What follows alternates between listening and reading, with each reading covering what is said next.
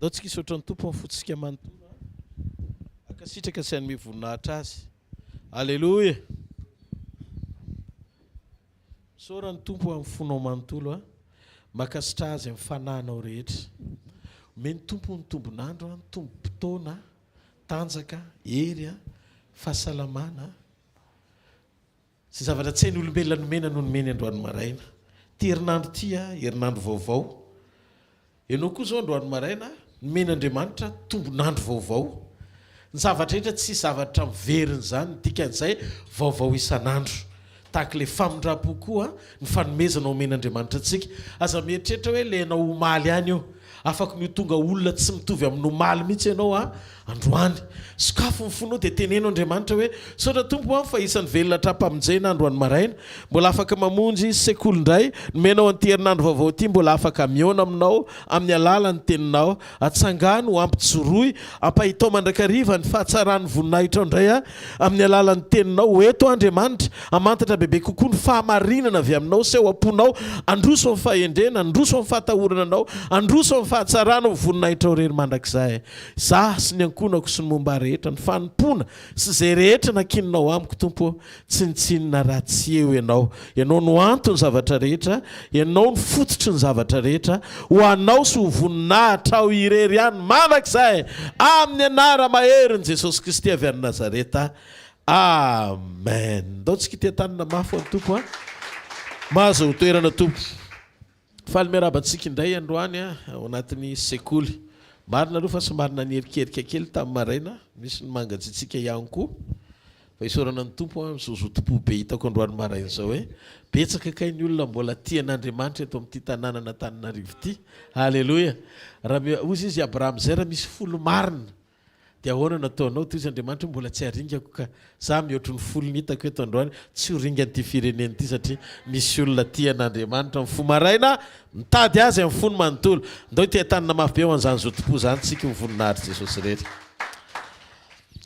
Androany ao anatin'ny sekoly mpanasitranana dia hitondrantsika ao anatin'ny fotoana fohy amin'ny alalan'ny fanampiny fanamasina ny fototry ny fanasitranana. Ny fototry ny fanasitranana dia manana fototra. Ary ny fototry ny fanasitranana dia miafina ao ambadiky ny fahatakarana ny asarbidiny famelan-keloka. Famelan-keloka. Jakoba dia niteny hoe famela-heloka, fampivavaha dia famela-heloka mba ho sitrana ianareo. Davida dia nampitondraina niteny izy eo amin'ny Salamy 7:1 hoe fa izay mamela ny helokao rehetra ihany koa no hanasitrana ny aretinao rehetra. Anisan'ny olana sy aretina mila fanasitranana mihitsy eo amin'ny kristianina sy isika zanak'Andriamanitra ny fahafahantsika mandresy sy tafavoaka ao anaty fiainana tsy manota sy miaina ao anaty karazam-piainana tsy misy fatorana ara-pahotana mamatotra antsika. Fantatsika tsara fa ny tanjona natongavan'i Jesosy teto an-tany dia ho amina mission anangana antsika ho isan'ny olom-baovao tsy ho ambany vahoan'ny herin'ny ota intsony fa nafan'Andriamanitra tsika sy novain'Andriamanitra natsangana ho isan'ny zanany. Ka raha kristianina ianao kanefa mbola tsapanao fa manao zavatra miainao anatin'ny sitrapon'Andriamanitra dia mahita fahafinaretanao anatin'izany a dia ho anao a sy ho a ty teny androany ity. Ny fahamarinana lalina ny amin'izay tena ho ampon'Andriamanitra ho antsika dia ato amin'ny tenin'Andriamanitra avokoa. Isika tsy hijery zavatra hafa, tsy hoe tonga eo amin'ny Baiboly tsika dia angataka amin'Andriamanitra hoe inona re ny angla mapetipety mba tonga anana fampaherezana amin'ny fanandrify amin'izay zavatra andrasany nofoko. Tsy izay le izy. Fa tonga eo amin'ny Baiboly tsika vonona ny aino ny taradala amin'ny fanamasina amin'izay révélation pure omen'Andriamanitra antsika mba ahafahantsika miaina ao anaty fiovam-po mifanaraka amin'ny sitrapon'Andriamanitra. Rehefa ny teny tsy misy fiantraikany anitsy ianao intsony dia efa teny mety aminao izay. Fa matoa ny teny manam-pahefana anitsy ianao dia fantatrao fa tsy avy aminao izay fa teny avy amin'Andriamanitra. ny teny avy amintsika dia izay teny mety amintsika. Fa ny teny avy amin'Andriamanitra tsy voatery mety amintsika fa mahasoa antsika. Noho izany androany maraina za mino fa sambatra izay mino manaiky makatony teny fa izy le atao hoe karazan'olona tsy hamita tena mandrakizay. Mozy izy Jakoba izy hoe aoka ianareo izy ho mpiaino mpakatony teny fa tsy ho mpiaino mpanadino ka mitaka ny tenanareo. Zany hoe ianao zany raha tsy mandray an'le teny dia mamita tena, fa raha ianao makatoa an'le teny dia manampy ny tenanao androso. Noho izany androany mino aho fa izy fanampiana avy amin'ny teny raha mandray tsika rehetra amin'ny amen sy mihaino tsara ary vonany akatoa dia manaova amen ny fonao manontolo. Fanontaniana mipetraka ho mpony maro ny hoe ahoana ny fomba tena atonga ho kristianina tena hoe miaina ao anaty fiainana mandresy fahotana. Mandresy fahotana. Ohatry ny fanontaniana somary mipetraka fotsiny izay hatrenin'ny fiainana andavanandro. Fa ny tena marina ny ota efa resin'i Jesosy. Ianao tsy miady handresy ota fa ianao mampifanitsy ny safidinao hiaina ny sitrapon'Andriamanitra ny fomba tsotra fotsiny. Rehefa miresaka tsika mikasika ny hoe fahotana dia samy manana ny fandraisantsika azy. Misy fotoana rehefa resahana mikasika momba ny hoe fahotana dia misy mametraka ny hoe ota goavana, ota antoniny, ota kely. Nendray ilay averina fa ota kely dia sokajiana ho tsy ota intsony fa fiainana mahazatra indraindray. Rehefa ny ota izay no manomboka kelezina dia manomboka mena fanampina anarana hoe mahafinaritra. Ota mahafinaritra. Raisina lizy dia marinina lizy ho toy ny fahalemena dia tsy sanasaina tsony. Ary eo ny tena maharatsy be ny fiainana rehefa nazanak'Andriamanitra ary tsika rehefa miaina ao anatin'izay tontolo-piainana misy ota ny ekena ho fahalemena izay. Misy fotoana misy mpino efa mihoatra ny 10 taona izy manompo an' Jesosy tsy taitra intsony izy mandre vavolombelona olona anankiray voagejany toka.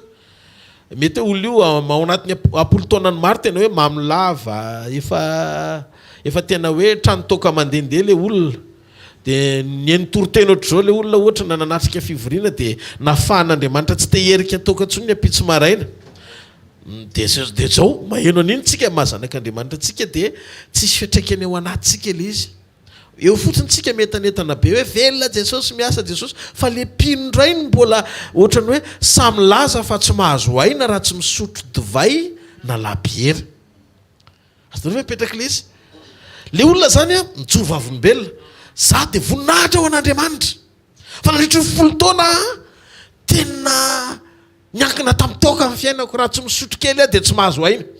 Fa tao anatin'le zavatra nolazainy Jesosy ohatr'izao iny dia nanomboka tamin'iny teny iny tsy fantatro fa tena nangetaheta fanafana ny tato-poko ary vita le fivoriana no tany an-trano dia tsy haiko fa be dia be ny tavoangina toka mbola mipetraka tao an-trano fa voaraiko ny fofony dia nandoa ahako. Tena marina ny ten'Andriamanitra hoe raha ny zanaka ny afaka anareo dia afaka tokoa ianareo. Dia misy mpino zany mitsika ao anatin'le izy hoe ohatrany tsy eritreretinao hoe fiasa amin'ny fanamasina tsony le izy satria ianao amin'io mbola mandray kely divay misy alkôla indroa isan-kerinandro.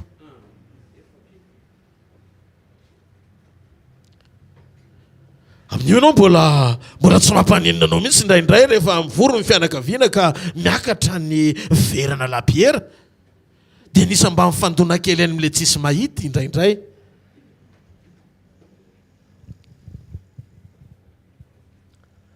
Fantatrareo ve ny zavatra tiako holazaina ao anatin'izany? Manomboka manome indisy kely ara-panahinao androany anairana anao fa zay ny famantarana etomboniny atao hoe fahafatesana ara-panahy. Ny fahafatesana ara-panahy dia tsy misy tsony fiatraikany eo amin'ny conscience anao. Ny fahamarinana izay zavatra ataon'Andriamanitra eo anoloanao. Manana zavatra vonona mialohan'ny fotoana itenen'Andriamanitra ianao anomezana lanja anamarinana zavatra tsy mety. ao anatin'ny feo ny fietreretanao na dia tonga azy Andriamanitra manitsy ianao.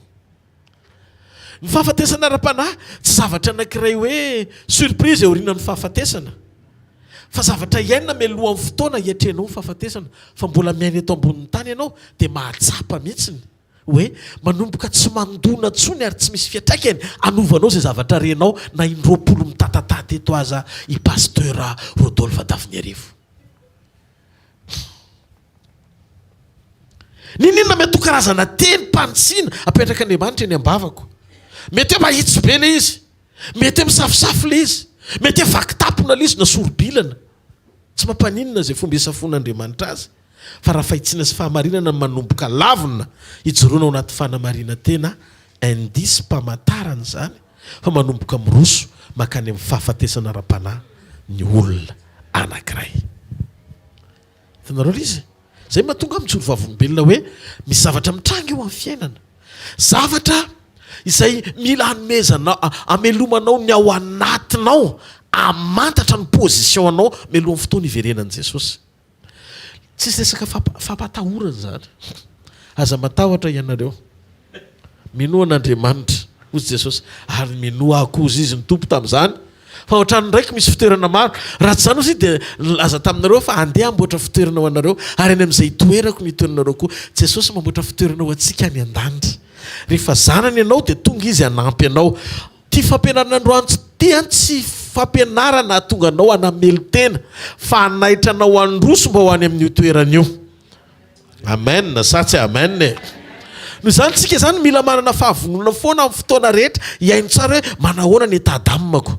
Matetika manko tsika miresaka foana mikasika momba ny état-d'âme, ahoana ny fandrosoako, ahoana ny état-d'âme atao anatiko, tena mandroso amin'ny sitrapon'Andriamanitra tsara ve zany, ahoana ny ahalalako fa tsy maty ara-panahiko, fa velona tsara ao anatin'ny fanompokan'Andriamanitra ny fiainam-panahiko, mandroso sy rehetra tsara hiomana ho amin'ny fiverenan'i Jesosy sy ny fotoam-pampakarana ho ao aminy.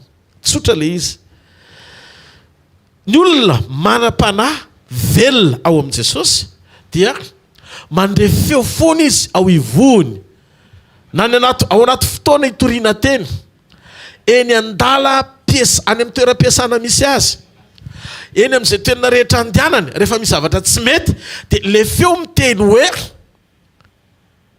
tia ny lalana ka andiano. Io teny mpanitsiny io présent ara-potoana. Zay ny fanampiana azon'Andriamanitra omenantsika. Ny fanampiana azon'Andriamanitra omenantsika, Andriamanitra ny Saint-Esprit tsy miposede olona.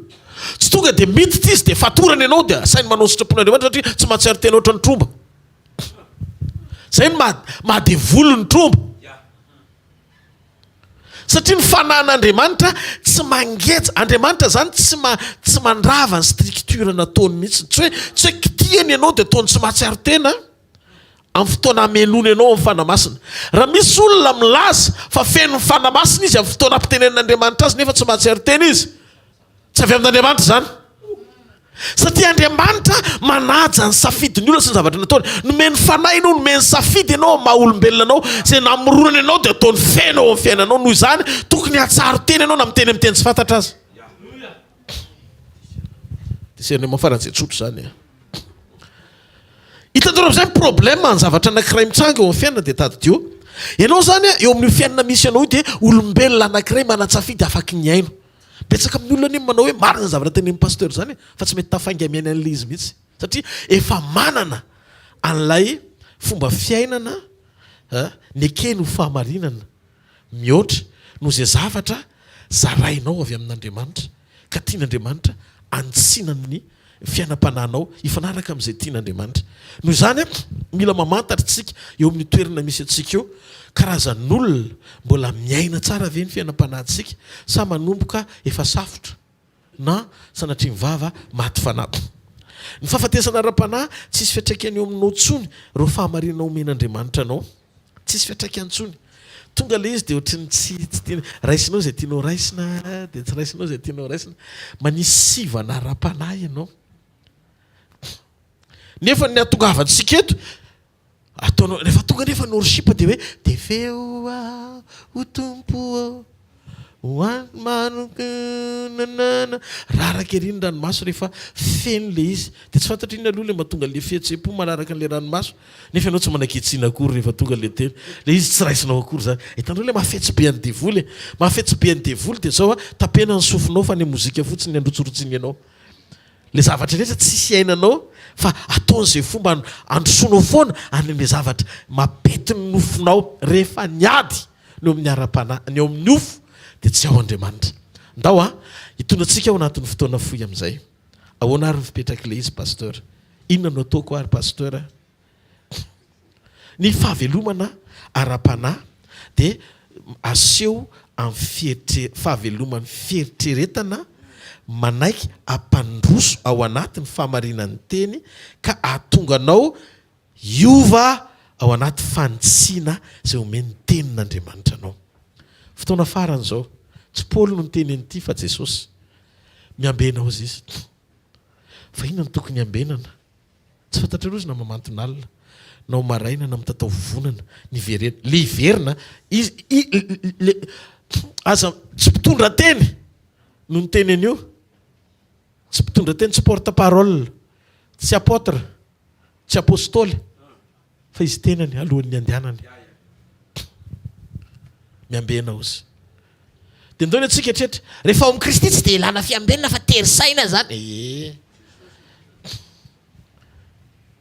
hitanareo misy zavatra ampidirina ao anaty fampianarana atonga ny sainao sy ny fonao tsy fantoko amin'le fahamarinana zay no mahatonga ny fampianarana mila ianao tena mivavaka tsara mba tsy hivoana amin'izay zavatra andrasan'Andriamanitra ny zavatra toriana mila miambony sika jareo masona kaiky anao mila miambony sika amin'ny ara-panahintsika hoe fa tsy apositsika ny fotoana anankiray hoe amin'ny liny devoly an'le saina anaovana an'izay zavatra tsy tokony atao noho izany mila miambony ianao hoe mamelona an'le teny ao anatinao antsafidy mba hafanao tonga saina ra-potoana tsy maharety aka ao an'Andriamanitra amen alleluia zao aloha voalohany indrindra ahoana pasteur ary inona no ataoko alleluia afaka mandroso amin'izay tsika tena miangavy ianao atonga lany ny sofinao fa hiteny zavatra tsara be aminao Andriamanitra mangatamy tompo ma tsisy ferikerena fa so misy raraka le izy zavatra anankiray point voalohany mba fahatsika misitraka ny fanasitranana avy amin'Andriamanitra de zao militsika tena mametraka ny fanasitranana ara-panahy ho ambony lavitra no ty fanasitranana hita maso ty ilaitsika ka natongavantsika eto mety kohaka zao natongavanao eto fanasitranana hita maso zany fampahoriana mila esorina fanasitranana hita maso zany fa sekret tena hitako mila resy laritsika fa aretina ara-panahy fototra tena mahatonga ny zavatra rehetra tsy mandeha amin'ny fiainan'ny olona voalohany misy zavatra marary eo amin'ny ara-panahinao de mila tsy ekenao le izy fa mila ankalainao rehefa voalaza fa tsy tian'Andriamanitra ary tsy mifanaraka amin'ny sitrapony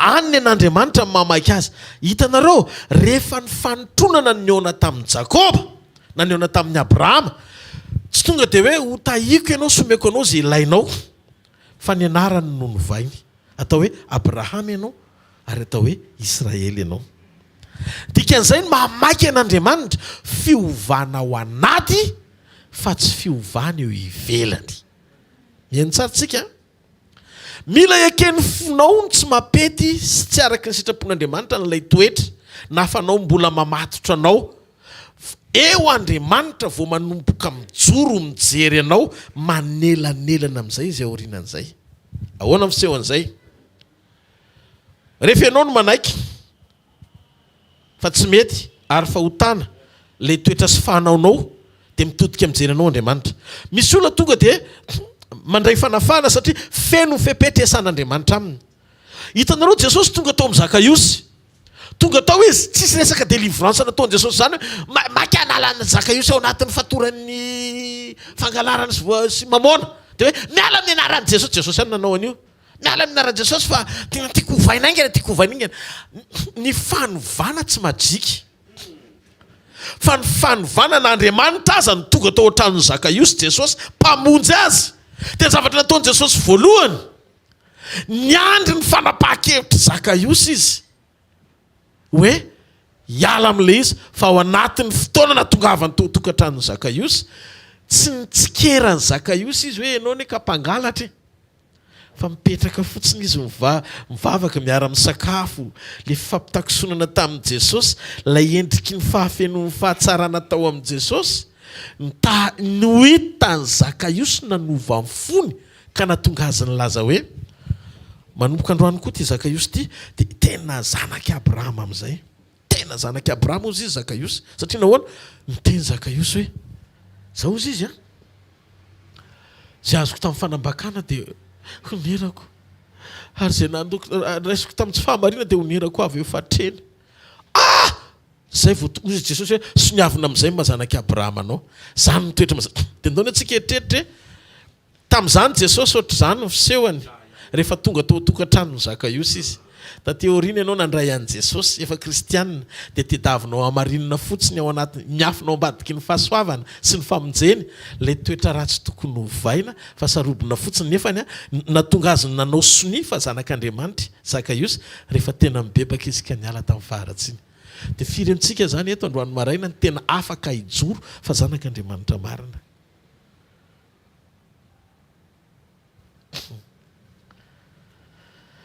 Halleluja.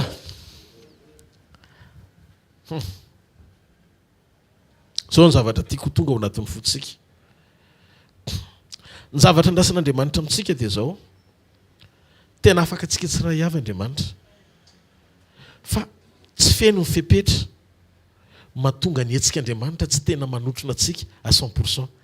Tiako amin'izay ty fanotronany ity anavatsava mialohan'ny farany taona dia tena ohatran'ny karazana spectacle mihitsy isaky ny fivoriana fa otrokotronon'Andriamanitra tsy hanana ny antra mihitsy ny zanany, fa tonga dia ataony tanteraka eo amin'ny fiainanao arak'izay tiany ho tanterahana tokoa. Fa ahoana ny fomba hahatonga izay zavatra izay ho tanteraka eo amin'ny fiainantsika? Voalohany ianao mila mijery inona le mahazatra anao. Mizavatra ne mahazatra ny olona eo amin'ny nofo. Fianao ve mbola olona tafatoetra eo amin'ny nofo sa efa manomboka olona miaina ao amin'ny ara-panahy?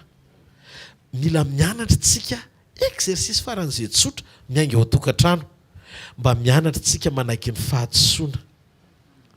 Rehefa mandre ny sitrapon'Andriamanitra dia manomboka mangataka ianao zany ny angatana amin'ny fanamasina. Meo fanamasina ny fahalemem-panahy. Ny atao hoe fahalemem-panahy manomboka tsy miziriziry tsony ianao eo amin'le position misy ianao hoe za olona loatra zao noho izany tsy afaka niaika an'izany eo mason'ny olona fa faiblesse zany. Aza mijery olona zany fa veloany ny olona fa ny olona manana ny fomba fijeriny foana. Fa Andriamanitra te hitanao hidina eo amin'le amoakan'le vokatry ny fanatao hoe fahalemem-panahy ary afaka anampy anao ny fanamasina amin'izany. Mianatra manaiky fahadisoana rehefa mandre ny fahamarinana ny sitrapon'Andriamanitra. Teboka voalohany. Manomboka zao dia zao no tokony teny sy réaction ao anatin'ny fonao rehefa tonga ny tenin'Andriamanitra. Reraka ny miaina sy mandeha amin'ity toetra ratsoko ity Andriamanitra. Tena hitako fa tsy mahasoaly izy. Ary inoko fa zay ny mbola antony mahatonga ny fiainako ohatr'izao hatramin'izay ka hatramin'izao. Ty toetra anankiray ity avy nafo-po ve? Inona ny karazan'ilay toetra ao anaty? Fa mila ianao miteny amin'Andriamanitra hoe ampy izay Andriamanitra. Tsy ifamatotra intsony amin'reto zavatra reto Andriamanitra. Tsy ifamatotra intsony amin'ny raha tsy tianao. Ohatra ny zavatra ety ivelany. Mora kely manao an'ilay izy. Rehefa resy lahatra fotsiny ko mandray n'ilay teny hoe tsy mampahazo enanao fa namaky ny boky ny Job ianao hoe sy ny oabolana dia nahita hoe kaitsaka sitran'Andriamanitra ny alcool, haitsaka sitran'Andriamanitra ny sigara sy ny rongony, fa manimba ny tempolin'Andriamanitra dia tsy aina ntsony amin'izany Andriamanitra fa lasa ohatran'ny hoe tsy mahavita tena raha tsy miankina amin'ny zavatra hohaniko. nefany a endriky ny fanimpotsampyakolaka ihany zany fa tokony ankina aminao a tokony hoe raha tsy mivavaka de tsy mahazo aina fa tsy tokony hoe raha tsy mifoka sigara na tsy misotro toka de tsy mahazo aina tsy aina amin'le toetra ratsoky intsony koa fa maninona ry any lasa adikte amina karazan-javatra maro samihafa miankina amin'ny zavatra hafa akoatranao tena leo Andriamanitra mino fa zao ny fotoanako ary vonina ny ala amin'izany raha mbola tsy tonga amin'izay teboka izay ianao eo ampianona tenin'Andriamanitra tsisy fisokafana amin'izay de mbola tsy tonga eto ianao zany fa tsy cible akory le teny tsy avelanao le teny a hitifitra an'izay zavatra tokony ho ahitsy ao anatinao zany hoe voalohany aloha mangetaeta Andriamanitra ny sokafanao mba hahafahan'le teny ho tafiditra hitanareo amin'izay averiko lesona efa teto ty ho fantatrareo marina ary ny marina no anafaka anareo tsy ho andevo ny fahamarinan'ny teny fantatrao no mitondra délivrance ho anao fa tsy tonga eto ianao iankina miosotry paster eny an-tany hoe za te ho délivrer amin'ny toka nefa ny ao anatinao manana programme isotro raha riva excuse ny anaran'izany fa raha vo ianao tsy mangeta eto eo amin'ny toerana misy ianao satria fantatrao marina de ny marina no manafaka anao hitanareo izy ny fahamarinana manafaka ny olona fa tsy osotra le marina fantatrao voarainao amin'ny tenin'Andriamanitra aloha ekenao fahamarinana ampandroso an'le teny ao amponao omenao an'le teny le cible tokony ho afahana omeo le position satria zao anomboka ilancer an'le izy amin'izay mifanamasina andringana an'le toetra anafaka an'le zavatra tsy mety ao anatinao omeo alalana izy de zao ny fanomezana lalana azy ianao aloha voalohany indrindra mila misaraka amin'le zavatra tsy mety resy lahatra ianao tsy mety ty fa mila misaraka amin'ity zavatra ty ako tovy amenina moa rehefa miteny Andriamanitra hoe zao zavatra tsy mety miteny Andriamanitra anaty baiboly de asehony fanamasina anao ty zany le zavatra tsy mety de ataovy miariary eo amin'le teny le izy de atao vitan'Andriamanitra hoe ty Andriamanitra le zavatra tsy mety ohatr'izao mihitsiny noetiko eto anatrehanao mila mba miasa saina kely amin'izany tsika rehefa miaraka amin'ny tompo de iny ianao no hitan'Andriamanitra hoe wow mangetaeta ny zanako de zay mahatonga Jesosy miteny sabatra zenona sy mangetaeta ny fahamarinana mietsika Andriamanitra amin'izay mamoky ianao ny dikany hoe voky afaka ianao délivrer ny dikany zany hoe satisfait ianao satria hiasa Andriamanitra nomenao le satisfaction mifanaraka amin'le taeta ao anatinao za mety tsy mendrika tokony ho tiafan'Andriamanitra amin'izany fa le izy be de be amin'ny fiangonana tonga de terena fotsiny le délivrance œuvre amin'ny fanamasina ny délivrance mariny zany fa ny fanamasina tsy afaka mandingana ny fandresen-dahatra ho pon'ny olona zay no mahatonga ny Jesosy sy tonga de miditra raha tsy ianao miteny hoe raisiko izy aloha ataovy alleloia moa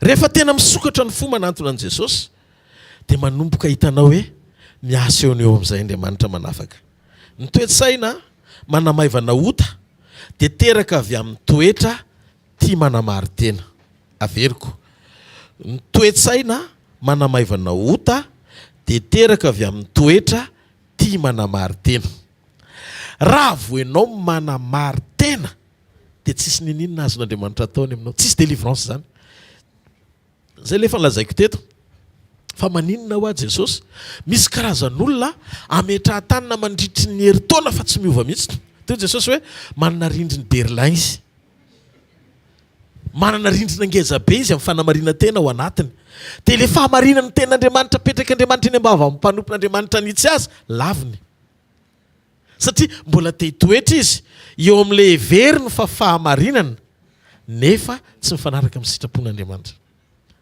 sakana ho amin'ny fanafahana antsika zany fanamarina teny zany de hitanareo manomboka amin'ny teny ianao zao ny fahatonga an'le izy eny ka ny olona rehetra ne manao an'iny daholo ianao tsy natao anao zay fanaon'ny olona fa ianao olona miavaka fidiny ho tonga zanany anao ny sitrapony angadintsika Jesosy rehefa tonga teto an-tany manana ny sitrapony koa ne Jesosy fozy izy aoka tsy ny sitrapoko no atao fa ny anao mba hatateraka amin'ny famonjenanao misy ny takalo sitrapo tsy azotsika elana ny sitrapon'i Jesosy nampandeferiny mba hatonga ny sitrapo mpamonjenanao ho tanteraka noho izany ny sitraponao koa natao ampandeferina mba hatonga ny sitrapon'Andriamanitra ho tanteraka eo amin'ny fiainanao ka misy karazana sitrapo tsy maintsy hatsahatra mba hahafahan'ny sitrapon'Andriamanitra tsy maintsy mandroso zay le zavatra sarobidy manompoka zany ianao isan'andro mila mamantatra ny sitrapon'Andriamanitra anao ka le izy anie tsy haiko mihitsy pasteur aza hitanareo ohatrizay le izy zay zao fialana ao anaty fanamarina tena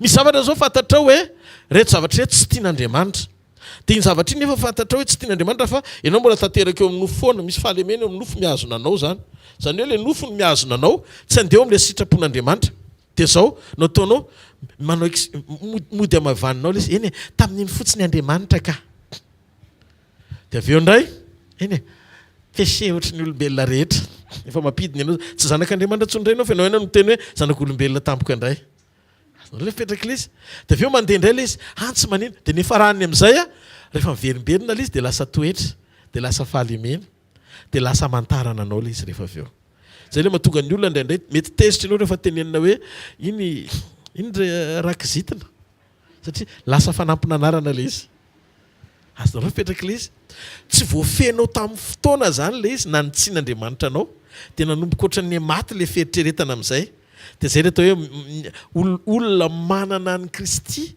mbola miaina eo amin'ny nofo izy Paoly ny fiantsoana azy zay le hoe olona biby zao mila fantatsika Andriamanitra dia mahita ny ota rehetra mitovy tsy misy kely sy lehibe ny fahotana amin'Andriamanitra fa rehefa ota dia ota ary raha tsy alehibe azonao io ota io ao anatinao dia ho amaivaninao le izy rehefa kelezinao zay no mahatonga antsika tsy maintsy mianatra mapakatra amin'ny fomba fijerintsika hitovy amin'ny fomba fijerin'Andriamanitra mba tsy handiso ny fitsarantsika ao anaty zay zavatra tsy marina tokony ho lavina sy ny marina tokony ho tanterahana manaova moa maina raha azonareo tsara ny zavatra zaraiko tena hiezaka andeha moramora mihitsy satria ny teny gasy koa ny sarotra halleloia fa mihinao fahitantsika Andriamanitra ty zavatra anankiray ty mila fantatsika rehetra androany ty zavatra anankiray ty mila fantatsika rehetra androany ny fototry ny faharatsy ny eto tany dia niainga tamina toetra anankiray ny faharatsiana rehetra eto tany dia niainga tamina toetra anankiray ary toetra io ny toetra na Losifera ny Losifera sy natonga azy raraka navadika ho tonga devoly misy hery ao amin'ny toetra avereny zao misy hery ao amin'ny toetra rehefa avereny koa rehefa tsy voafeny toetra hoe dia manova personnalité eno tsara le izy ny devoly kerobima voahositra tao an-danitra nanana ny toerana sy rang ambony nanakaiky an'Andriamanitra tamin'ny mbola fotoana tsy nahadevoly azy fa zao novainy toetra tao hoe felonana izy ho tonga devoly rehefa tsy miambona ny toetra tao hoe felonana zany nanova ny personnalité an'anjely kerobima ho tonga diable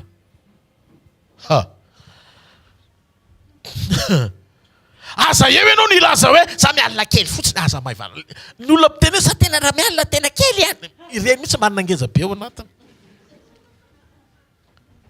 aza ty aza mialina nizanizany tena miangavy ianao tena ataovy re mihitsy ao anatin'ny fonao fa tsisy fialonana nizaniza ao anatinao inona moa ny alonana nizaniza tsy azoko ane ianao sady tsy hitovy anjara voatendry amin'ny lalanareo samy hafa avy alao izy andeha lasa lohany mandeha lavitra ianao ne zay le nyteneniko teto mikasika momba ny hoe neneliany lany fotoana teo am-pandolina izy fa aba nasainy miazakazaka ny aloha aba miazakazaka inana sy sotro fa eli miazakazaka ekoaka teo tapony Karmela ianao ne mody taraiky eo am-piakofany fa tonga alohany ambavahady any jezerelany ka le izy tsy hoe ianao iazakazaka elohany iaba kory ny tonga anao ialazina hoe taraiky aorinany fa ny olona miaraka amin'Andriamanitra manana commande na vitesse ny ampelantanany satria rehefa anosika ianao ny tanan'Andriamanitra tsy possible ho taraiky mihitsy ny olona noho izany meolanja ny tanan'Andriamanitra zay hitoeranao fa aza mitaratra zay mamaika ny olona zany hoe iaba mila miakatra sy mihinana izy ny azo vision eto an-tany fa ny Eli miakatra eo tapony Karmela izy mekoaka mody taraiky fa tonga lojo re tiaka ao n'Andriamanitra Zay le fampianarana antsika rehefa miorona amin'ny sitrapon'Andriamanitra ianao tsy taraiky zany. Tsisy raison tokony ialonanao ny olona. Io zany fototra anankiray itsangany fahotana eto ambonin'ny tany. Ary io na devoly dia zay mbola manana an'io na mivavaka amin'Andriamanitra aza dia manana ny fanahy fahamisaviana matory ao anatiny.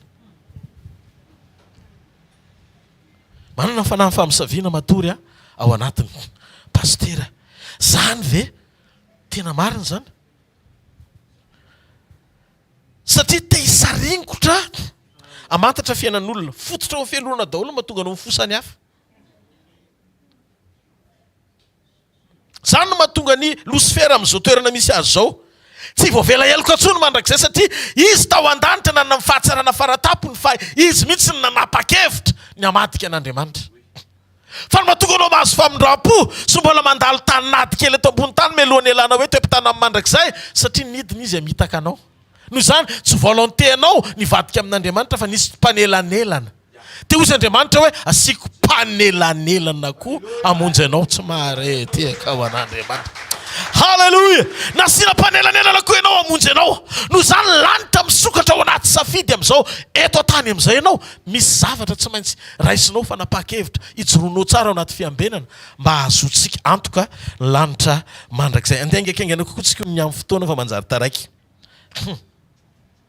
Dia eritrereto fa ny herin'ny toetra atao hoe fialonana dia nandavo anjely kerobima voaositra, nanovo lay anjely ho tonga devoly. Ny fahotan'ny fialonana no nahatonga an'ilay anjely ho tonga devoly. Zany no mahatonga ny Lucifera amin'izao toerana misy azy zao. Firy amintsika nefa zao no mbola lava ao anatin'io fahotana ratsy io. Miafina sy manaiky ho ampiasainy manginginao. Lay izy ny ampiasainy manginginao e. Raha toa ka mbola afeninao ilay izy dia hita ratsy be ny amin'ny endrika ao. Falifaly daholo ny olona hoe ianona hono ohatran'izao, ianona hono ohatran'izao, ianao rery manjombona be. Ary hitanareo amin'izay izy, iza fototra novainy io tany an-danitra dia lasa ny anjera taty devoly. Dia nentin'ny devoly koa rehetra dia ampidiriny ao anatiny izy, ao anatin'ny mambrany.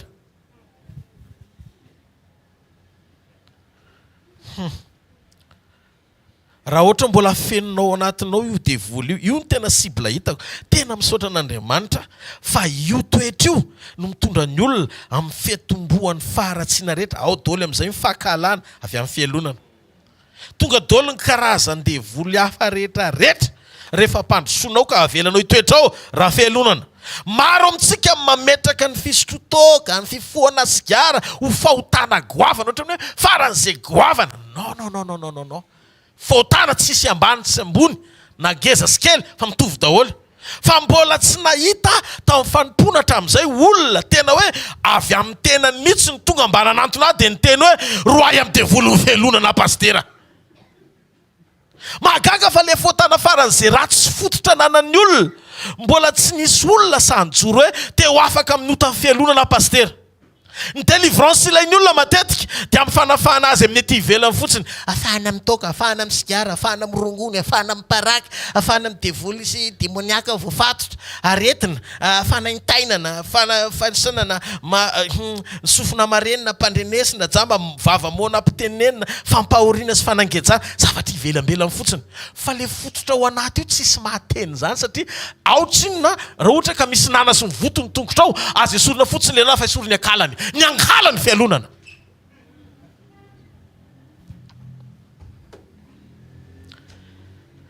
Minao fa manomboka androany efa men'Andriamanitra ny sibla.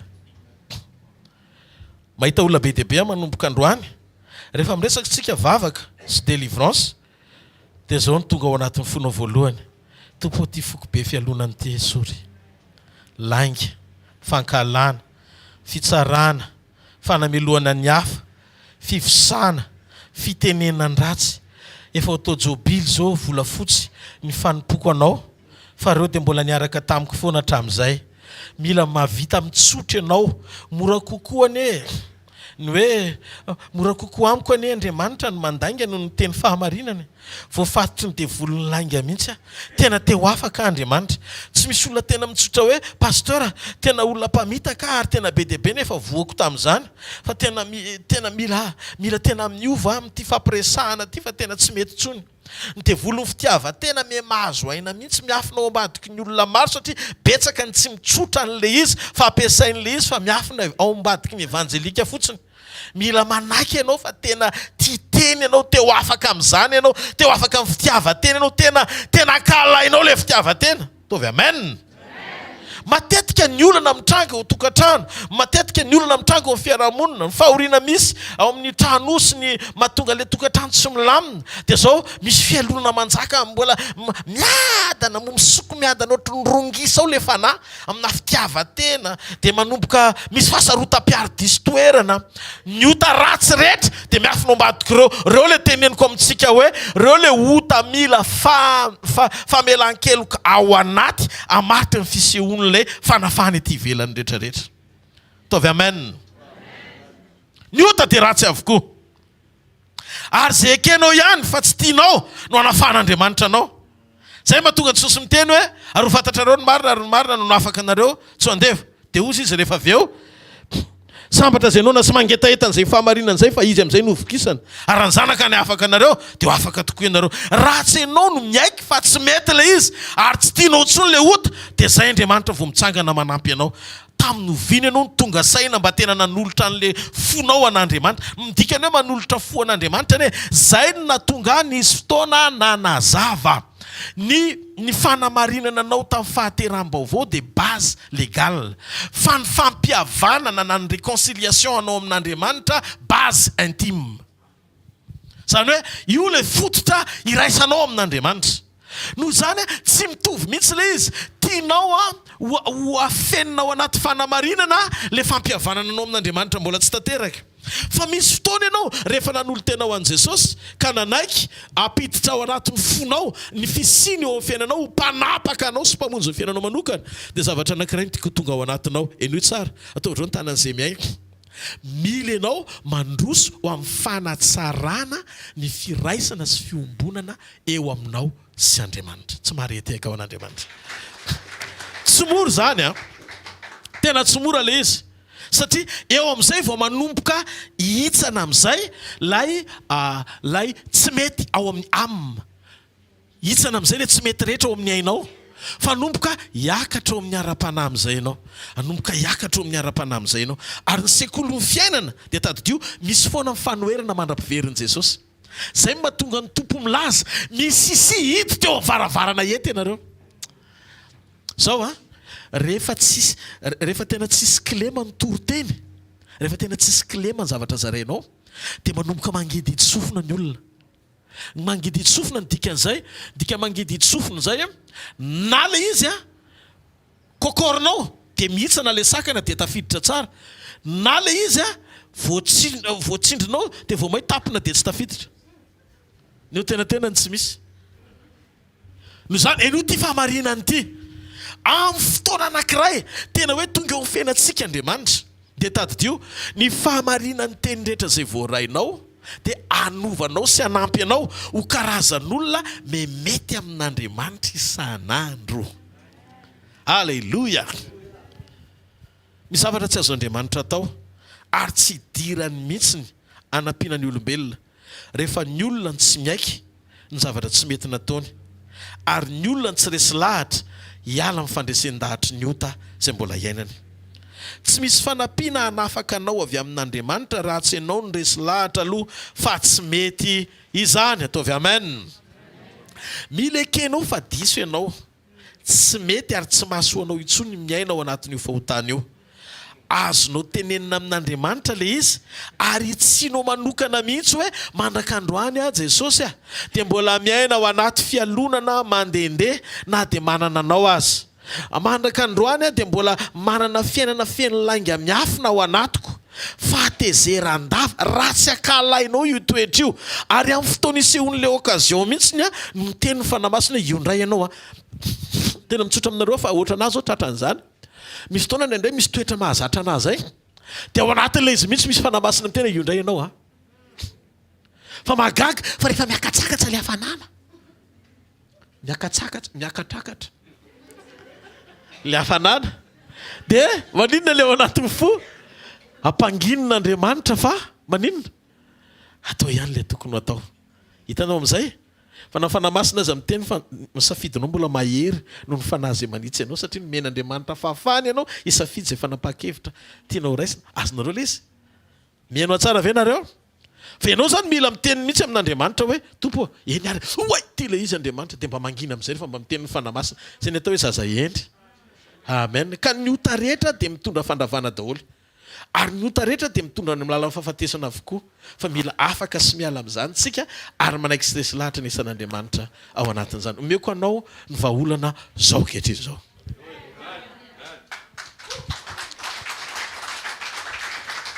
hitanareo le teknika mihitsy atreanao amin'ny fiainana hoe ahoana ary ny vahaolana pastera manombo mijery anao tahaka ny fijerin'Andriamanitra anao amin'izay solution voalohany mijerevanao ohatra ny fijerin'Andriamanitra anao misy fotoana zany ianao mila miala amin'ny fomba fijerinao fa mijery anao ny fijerin'Andriamanitra anao ahoana ny alalako ny fijerin'Andriamanitra zay ny antony anomanana anao anaty sekoly mihaino tenin'Andriamanitra amantatra ny volontény dia rehefa fantatrao ny volontén'Andriamanitra dia ataovy ho isan'ny olona anankiray ivelan'ny tenanao ianao eo amin'ny fitaratra jereo ianao mifanatrika amin'ny fitaratra dia mitenena aminao ihany dia le fahamarinana fantatrao avy amin'Andriamanitra ny tsy ho anao eo amin'ny fitaratra manekenao fa misy an'le ota aloha ao anatinao ary manarakarak'izay dia tadidio ekeo fa mety efa lasa tonga fahalemena le izy rehefa miverimberina ary rehefa izay dia manomboka mitodika amin'izay Andriamanitra hijery anao ao anatin'io fitaratra io satria manomboka mametraka maridrefim-pantsiana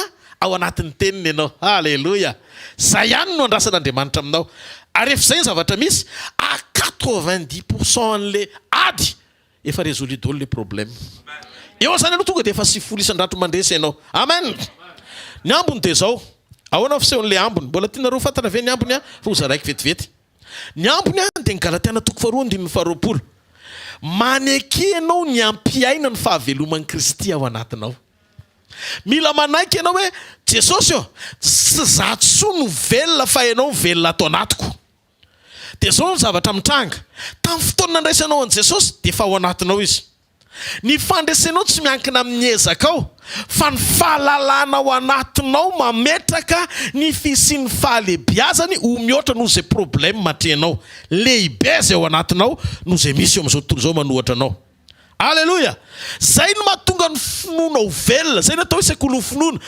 velona ny finoanao satria mifankahita amin'ny fahalebiazan'Andriamanitra ao anatinao amin'izay ianao dia ahoana ny fisehoan'le izy manomboka mandresy ny fahaveloman'i Kristy ampiasanao amin'izay ampiasa ny regaranao ny fomba fisainanao sy ny etsikao rehetra hifanaraka amin'ny sitrapony tsy marety aika ao an'Andriamanitra hitanareo le izy le izy tsy hoe ianao miezaka be satria tsy vitanao eo amin'ny nofo le izy fa vita n'Andriamanitra atao amin'ny ara-panary izy miheno tsara ve tsika zay mahatonga ny Efesiana 4:9 ny 2:12 ka hatramin'ny 4:11 mamaritra ny ady ara-panahy hoe misy zavatra tokony isikinanao isaroanao andoatra ny maramila anankiray vonona iady ireo la herin'ny ota tadidio sy tsy fahamarinana ara-panahy izay manohatra anao tsy ara-nofo le izy na eo amin'ny nofo ady ara-panahy le izy dia zao efa resin'i Jesosy ireo fa ianao nandray an'i Jesosy ny mila mampandresy ny amanao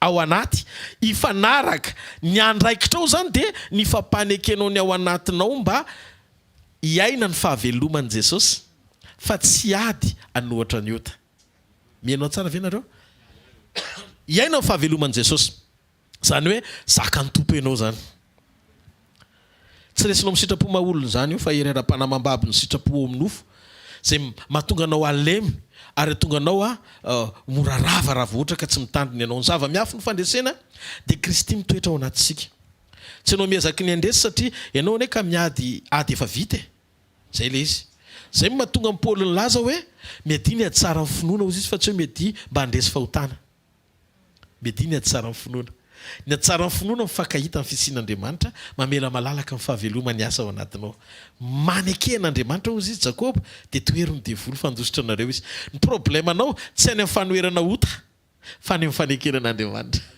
tsy marety ka ao an'Andriamanitra hitanareo amin'izay hita tsara le cible ay tsara le fanapa-kevitra ho raisina mba tonga anao mpandresy ka ny fanoherana ampinoana no ilaina ny finoana dia mamela an'Andriamanitra hiasa malalaka aneo ny fandresena ao anaty ady tsy za fa Kristy atao anatiko izy izy Paoly.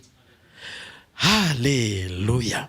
Mandresy ato amiko izy Paoly ny fahavelomany. Mandresy ato amiko izy Paoly ny fahavelomany. Tsy misasatra mandresy ota fa mamela ny Kristy ho velona fotsiny dia miaina ao amin'ny fandreseny. Tsy marety kavan'Andriamanitra. Halleluja. Ahoana no afahako mitombo amin'ny fahavelomany? Eo amin'ny nofo dia miantoka amin'ny fitombony reto.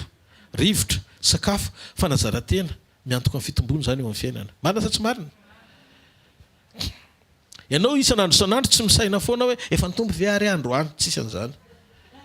Fa rehefa tsara rivotra, tsara sakafo, manao exercice tsara no mampiasa vatana, dia azo antoka ny fitombonao fa ho ara-dalàna. Tahaka izany koa rehefa avelanao mifanamasina hiasa eo aminao, hiasa ao anatinao, avelanao le izy mba ho velominy ianao, ho velomin'ny Kristy ianao le mofon'Andriamanitra. Manaiky ianao hanazatra fiainana tsara amin'ny asa tsara rehetra, maneho fitiavana, mitombo ao anatin'izany, dia mitombo amin'ny fahasoavana ho azy ianao satria mamoaka toe-panahy mety amin'Andriamanitra. Dia hozy izy ny Baiboly, Andriamanitra manohatra mpiavinavina ha manome fahasoavana ao amin'ny manetry tena. Zany hoe misy zavatra mitombo tsy hita maso lalàna fa misy ny fitombonao. Ny mpitazana mahita fa nitombo amin'ny fahasoavana ianao. Mitazana mahita fa nitombo amin'ny fitiavana ianao. Mitazana mahita fa nitombo amin'ny fahamarinana ianao. Mitazana mahita fa nitombo amin'ny fahatahorana an'Andriamanitra ianao. Ka niota dia fahavalo manakana amin'ny fitombonao. Maninona hoe niota dia fahavalo manakana amin'ny fitombontsika. Ka mila mijoro tsika manaiky ny fisian'le ota aloha mba hoe soron'Andriamanitra satria ren'ilay virus tsy mampijoro manimba hormone mamotika ny zavatra ara-panahy rehetra ao anatinao. Ahatonga anao tsy aina malalaka amantatra n'ilay sitrapon'Andriamanitra izay ampitombo anao. Mahazo aina ny sitrapon'Andriamanitra rehefa omenao alalana ireo karazan-javatra rehetra, rivotry ny fanamasina, ny sakafo Jesosy Kristy sy ny teniny, fanazarantena miaina amin'ny fitiavana, raha vao complet ny avant tsy azo sakanana amin'ny fitombona tsy maharety ao an'Andriamanitra. Halleluja. Noho izany ianao tsy miezaka ny amoaka ny fahavelomany fa manaiky ho tarihany hiaina ao anatin'izay fahavelomany izay amin'ny fomba feno fahamasinana, fahamarinana, fitiavana isehoany voninahiny tsy maharety ao an'Andriamanitra. Halleluja. Ka misy mifototry ny fanasitranana. Ny zaraiky teto androany, minao fa azonao le izy androany maraina. Atsangany an-taninao raha azonao tsara ny lesontsika androany maraina. Ho amin'ny rapitso hijery manokana mikasika ny momba ny hoe fahafatsika miaina ao anaty fahataterahana. Miaina ao anaty fahataterahana.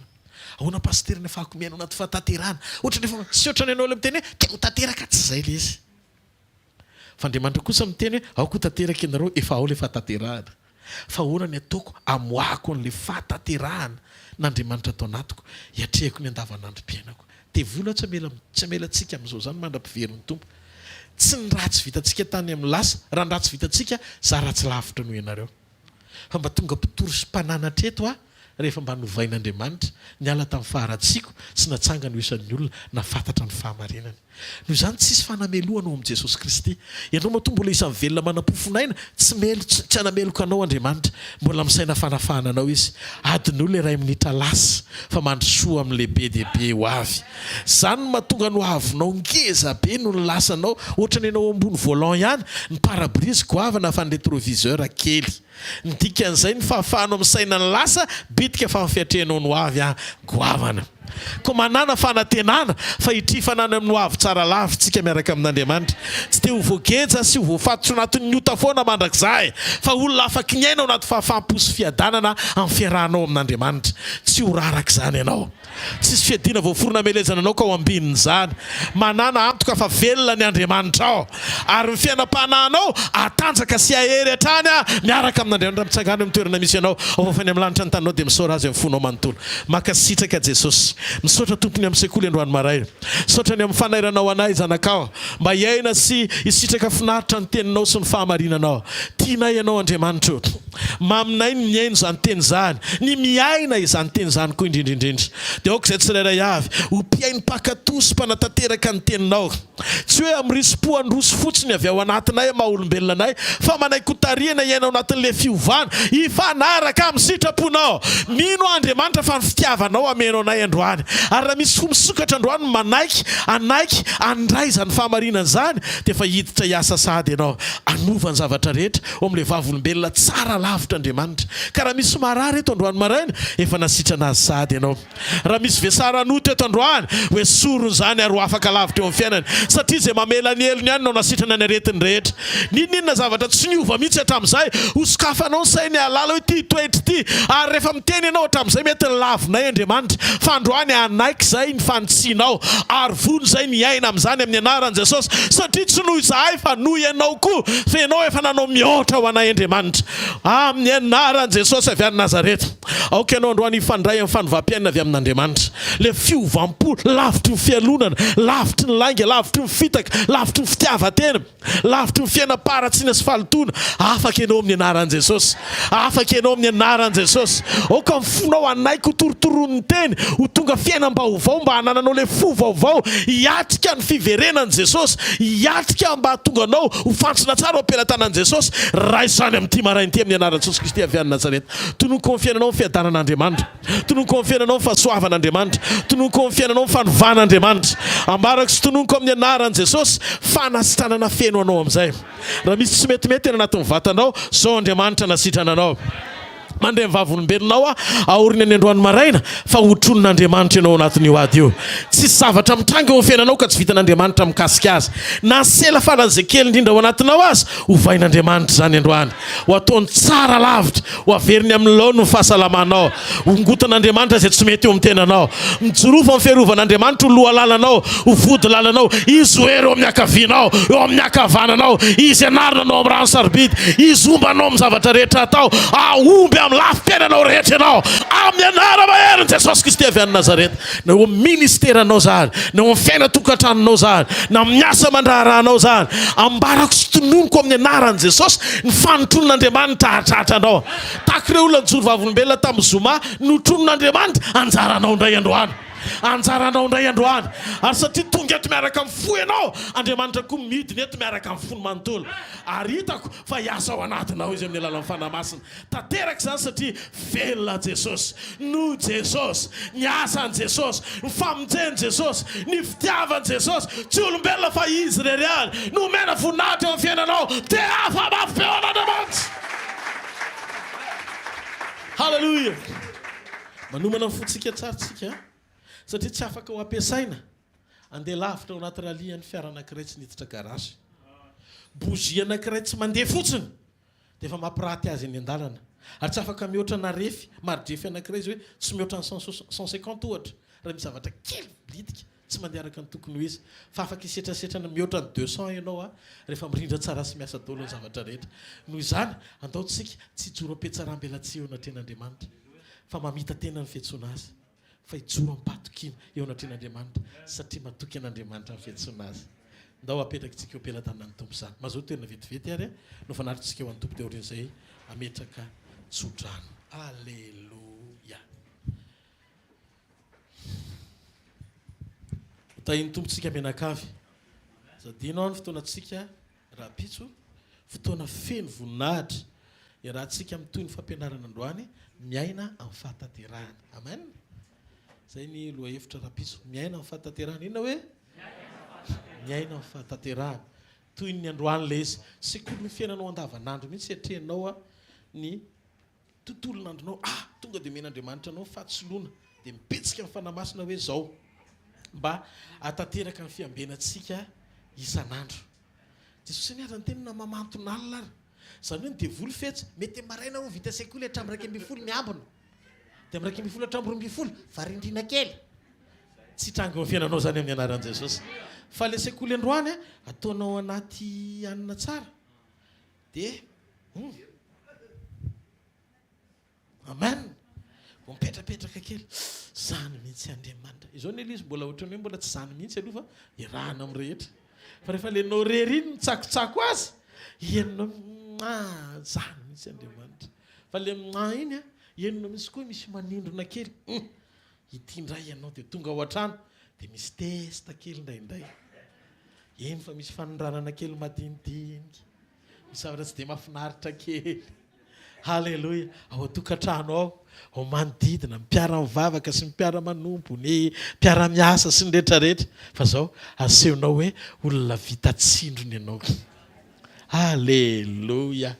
Rehefa ny sainao mieritreritra mihitsy hoe za efa vita vaksiny. Halleloja.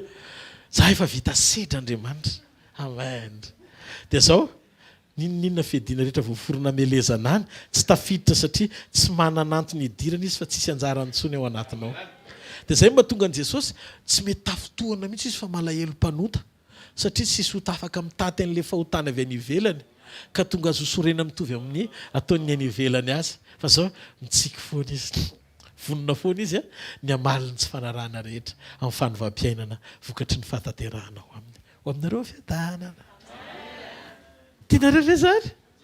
Ndao ritsangantsika ndretsodrany hoe halleloja. Hitanareo ny Jehovah ka hiaro anareo.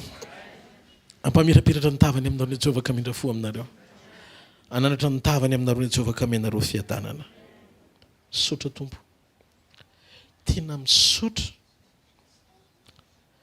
Misaotra fa mitondranay miteny foana ianao. Manaitra anay foana ianao Jesosy. Tena tsapanay ny lanja ny ara-pananay ary mandroso foana zay amin'ny fahataterahana sy fiainana feno fahatahorana fanomezana lanja sy asina ny fisinao eo amin'ny fiainanay. Makasitraka dada malala. Tianay ianao Tompo. Tianay mandrakizay. Okizay hiaina fanotronana malalaka. Tsy hainao ohatran'ilay taloha fona aminao tamin'izay karazam-pampianarana rehetra izay tovozina hitety sy taroa Andriamanitra.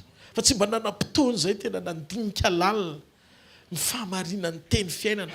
Ohatry ny te hampifamatotra ny fiainanay amin'ny zavatra eny ivelany izany fotsiny izay. Fa tsisy fiorenana marina ao anaty. Fa amin'izao izay Jesosy tena mitodika ianao manomana anay ho ampakarina marina. Ohatry matsiaro zany zay ohatran'ilay vehivavy miditra ao anatina salon d'esthétique anankiray amboarina daolona ny tarehina ny ana zay tsy mety rehetra mba hampamiratra milohan'ny fotoana ampakarana. Misy fiantraikany eo amin'ny fiainam-pananay tokoa ny fikarakarana anay milohan'ny fotoana ampakarana anay. Saotra amin'ny teny dada makasitraka amin'ny fanambarana ho anao rery mandrakizay ny voninahitra Jesosy. Amen. Zareo fahasoavana.